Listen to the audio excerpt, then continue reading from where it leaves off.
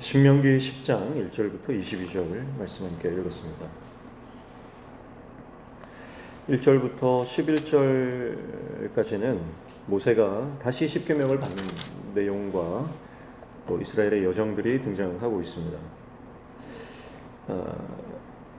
모세에 의해서 깨어진 두 돌판, 그러나 하나님께서는 다시 두 돌판을 다듬어서 하나님의 산으로 가지고 올라오라고 명령하시죠. 그런데 출애굽기 34장에 나오는 이 내용을 모세가 다시 회상하면서 설교를 하는데요. 출애굽기에 나오는 것과 좀 다른 내용은 뭐냐면 이 나무궤를 만들어라 하는 내용입니다. 출애굽기에는 나무궤를 만들어라 하는 내용은 없죠. 그리고 이 나무궤가 그럼 뭔가 오늘 말씀해 보니까 지금까지 있었다. 5절에 보면 그렇게 말하죠. 그러니까 두 돌판을 담은 궤라고 한다면은 지금까지 있는 궤는 당연히 법궤 아니겠습니까? 근데 법궤는 언제 만드나요? 법궤는 모세가 시내산에서 내려와서 이제 성막을 건설할 때 그때 브살렐에 의해서 이 법궤가 만들어지는데 오늘 모세의 설교에 의하면 시내산에 올라가기 전에 하나님이 이 궤를 만들어라 그렇게 말씀했다고 합니다. 자, 이것은 이제 모세가 설교를 할 때 이 시간 순서에 대해서는 이 신명기에서는 그렇게 중시하지 않고 있습니다. 그래서 앞서서도 우리가 모세가 설교할 때 출애굽 2세대와 출애굽 1세대를 동일시하고 그런 약간 시간적으로 역순이라든지 중복되는 그런 장면들을 우리가 몇 가지 살펴봤었는데요.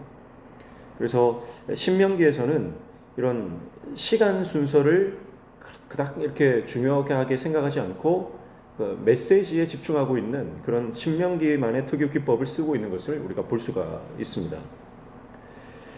어쨌든 하나님께서 이 깨어진 두 돌판, 그러나 이 두 돌판을 하나님께서 친히 다시 써주시기 위해서 이제 이번에는 돌판을 깎아서 가지고 올라오라 그렇게 말씀을 하시고요.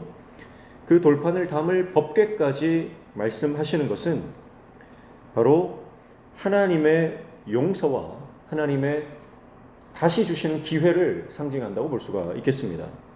그리고 첫 번째 깨어졌던 두 돌판에 비해서 두 번째 돌판은 깨어지지 않고 법궤의 보호를 받는 그런 이미지를 강조하고 있다고 볼 수가 있겠습니다. 그리고 12절부터는 이제 하나님께서 요구하시는 것, 하나님의 본심, 내심, 중심, 하나님 속마음을 말씀을 하고 있다 이렇게 볼 수가 있는데요. 자, 하나님이 요구하시는 게 뭐냐? 12절 보십시오. 이스라엘아, 내 하나님 여호와께서 내게 요구하시는 것이 무엇이냐? 곧 내 하나님 여호와를 경외하며 그의 모든 도를 행하고 그를 사랑하며 마음을 다하고 뜻을 다하여 내 하나님 여호와를 섬기고 그렇게 말씀합니다. 자, 그러니까 하나님이 원하시는 게 뭐죠? 하나님을 경외하는 것, 하나님 말씀에 순종하는 것, 하나님을 예배하는 것, 하나님을 사랑하는 것입니다. 이 짧은 12절 안에 하나님을 향한 경외, 순종, 예배, 사랑 이런 핵심적인 사항들이, 가치들이 들어있는 것을 볼 수가 있습니다. 자, 이것은 인간이 가져야 하는, 하나님을 향해 인간이 가져야 하는 마음의 자세, 덕목들을 말씀을 하고 있습니다. 자, 그리고 15절에 보면요, 이렇게 말씀하죠. 여호와께서 오직 내 조상들을 기뻐하시고 그들을 사랑하사 그들의 후손인 너희를 만민 중에서 택하셨음이 오늘과 같으니라 그렇게 말씀을 합니다. 자, 그러니까 15절에는요, 하나님의 기쁨, 하나님의 사랑, 이런 하나님의 속성, 하나님의 성품들이 등장을 하는데 이 기쁨과 사랑이라고 하는 것이 누구를 향한 거죠? 하나님이 백성들을 향한 것입니다. 자, 그러니까 12절은 백성들이 하나님께 가져야 될 마음의 자세, 덕목들에 대해서 말씀을 하고 있다면 15절은 하나님께서 백성들을 향해 가지고 있는 그 마음의 자세, 태도, 그것을 말씀하고 있다라고 하는 것이죠. 자, 그러니까 하나님을 향한 사랑, 그리고 백성들을 향한 하나님의 사랑, 이것이 12절과 15절에 등장하고 있는데, 여러분, 이 백성들을 향한 하나님의 사랑과 하나님을 향한 백성들의 사랑, 그 사이에 뭐가 있습니까? 13절입니다. 내가 오늘 내 행복을 위하여 내게 명하는 여호와의 명령과 규례를 지킬 것이 아니냐, 그렇게 말씀하죠. 그 사이에 뭐가 있다고요? 행복이 있다라고 하는 것입니다. 그러니까 하나님과 온전한 관계, 그 사이에만 진정한 행복이 있음을 오늘 신명기에서 모세는 말씀하고 있는 것입니다. 결국 관계죠. 그리고 하나님과의 이 사랑의 관계 안에서만 우리는 진정한 행복을 찾을 수 있고, 하나님과 회복된 이 사랑의 관계 안에서만 참된 행복을 누릴 수 있음을 모세가 말씀을 하고 있는 것입니다. 그래서 모세는 16절에 이렇게 말씀합니다. 그러므로 너희는 마음의 할례를 행하고 다시는 목을 곧게 하지 말라, 그렇게 말씀하죠. 자, 모세는요, 출애굽 2세대들에게 뭐라고 선포합니까? 육신의 할례가 중요한 건 아니다. 마음의 할례가 중요한 것이다. 육신의 할례를 받았다고 해서 거룩한 백성이 되는 것이 아니고, 너희의 마음이 어떤 하나님을 향한 경외감과 또 순종과 하나님만을 예배하고 하나님을 사랑하는 그 마음이 중요한 것이다. 우리의 마음이 할례를 받아야, 보이지 않는 우리의 마음이 하나님을 경외해야만, 우리가 하나님보다 다른 사랑하는 것들을 제거해내야만, 그래야 우리가 진정한 행복을 얻을 수 있다. 그렇게 영적으로 정리를 하고 있는 것입니다. 사랑하는 성도 여러분, 보이는 것보다 보이지 않는 것이 중요합니다.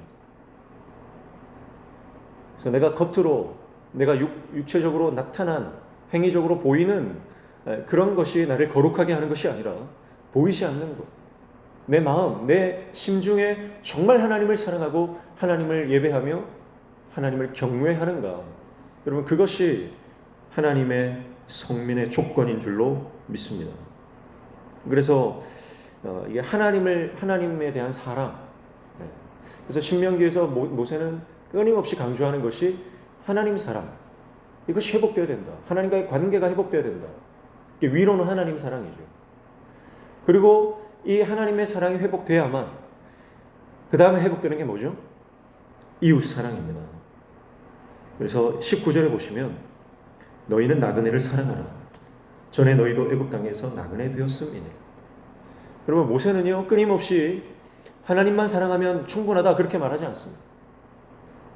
하나님을 사랑한다면 반드시 이웃을 사랑해야 한다는 것이죠.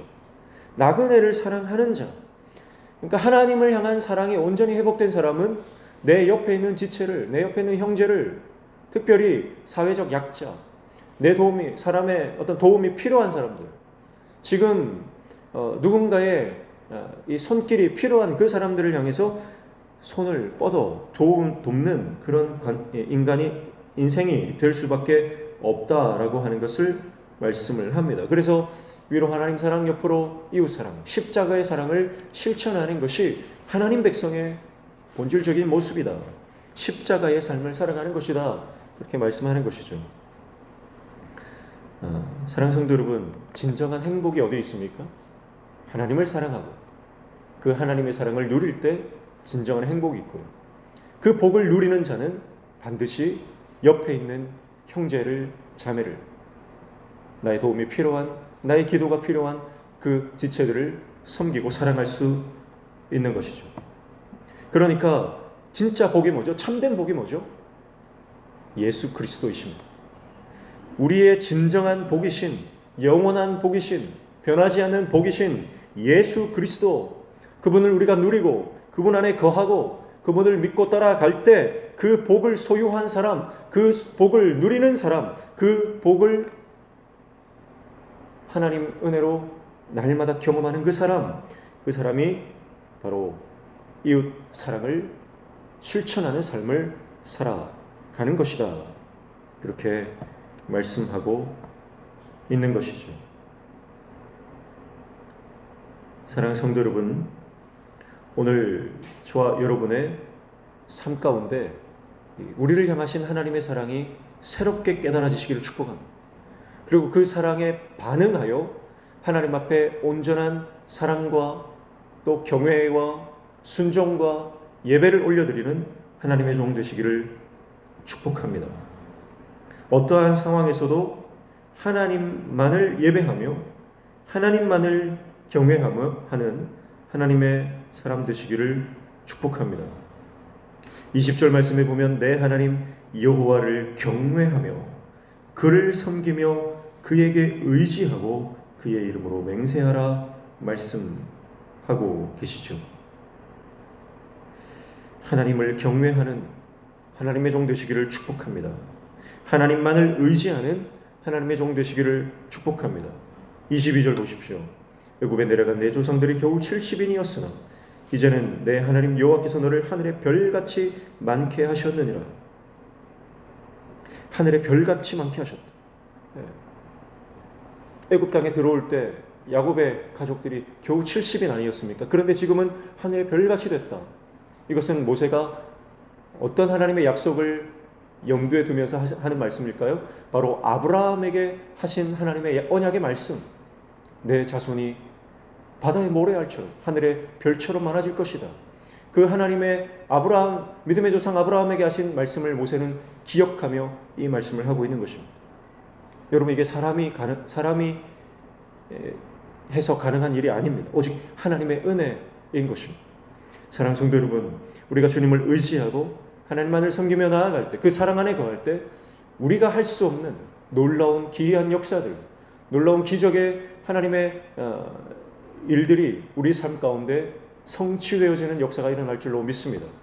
그래서 이스라엘 백성들이 하늘의 별처럼 많아진 이 놀라운 축복을 받은 것처럼 오늘 우리가 하나님을 의지하며 나아갈 때 우리 집안이, 우리 가문이, 우리 자녀들이, 우리 후손들이 하나님의 놀라운 믿음의 사람들로 세워지는 귀한 역사가 일어나게 될 줄로 믿습니다.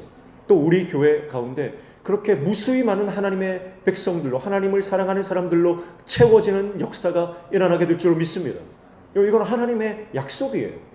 우리가 정말 전심으로 온 교회가 하나 되어서 하나님만을 섬기고 하나님 말씀에 순종하고 하나님만을 예배하고 하나님만을 사랑한다면 그 공동체는 성장하고 부흥할 수밖에 없는 겁니다. 여러분, 이것은 무슨 부흥의 법칙 그런 게 아니라요. 그것은 하나님의 약속입니다. 사랑하는 성도 여러분, 오늘 우리 공동체 안에 하나님을 사랑하는 사람들로 가득 차는 역사가 일어나기를 축복합니다. 그러기 위해서 먼저 된 우리가, 지금 하나님의 말씀을 맡은 우리가 그 말씀에 전적으로 순종하며 불평과 원망을 내어 던지고 오직 감사와 순종으로 하나님만을 의지하며 주님의 말씀을 우리가 이행하며 나아갈 때 하나님은 우리 가운데 놀라운 기적과 역사와 부흥과 회복의 은혜를 허락해 주실 줄로 믿습니다. 이 약속의 말씀 붙잡고 담대하게 믿음으로 날마다 나아가는 하나님의 종들 다 되시기를 주님의 이름으로 축복합니다. 기도하겠습니다. 하나님 아버지, 어떤 상황이든 환경이든 여건이든 눈에 보이는 현상에 집중하지 않고 변하지 않는 하나님의 약속의 말씀 붙잡고 하나님만을 믿고 순종하며 경외함으로 하나님을 예배하는, 하나님만을 사랑하는 하나님의 백성 되게 도와 주시옵소서. 하나님이 자기 백성을 향한 기쁨과 사랑, 이 놀라우신 은혜를 날마다 누리며 그 복 안에 거하는 하나님의 종 되도록 우리를 붙잡아 주시옵소서. 오늘도 주님 말씀 붙잡고 기도할 때 우리 기도에 들어응답하여 주시며 우리 삶에 막힌 모든 문들이 열려지는 형통의 은혜 허락하여 주시옵소서. 예수님의 이름으로 기도하옵나이다. 아멘.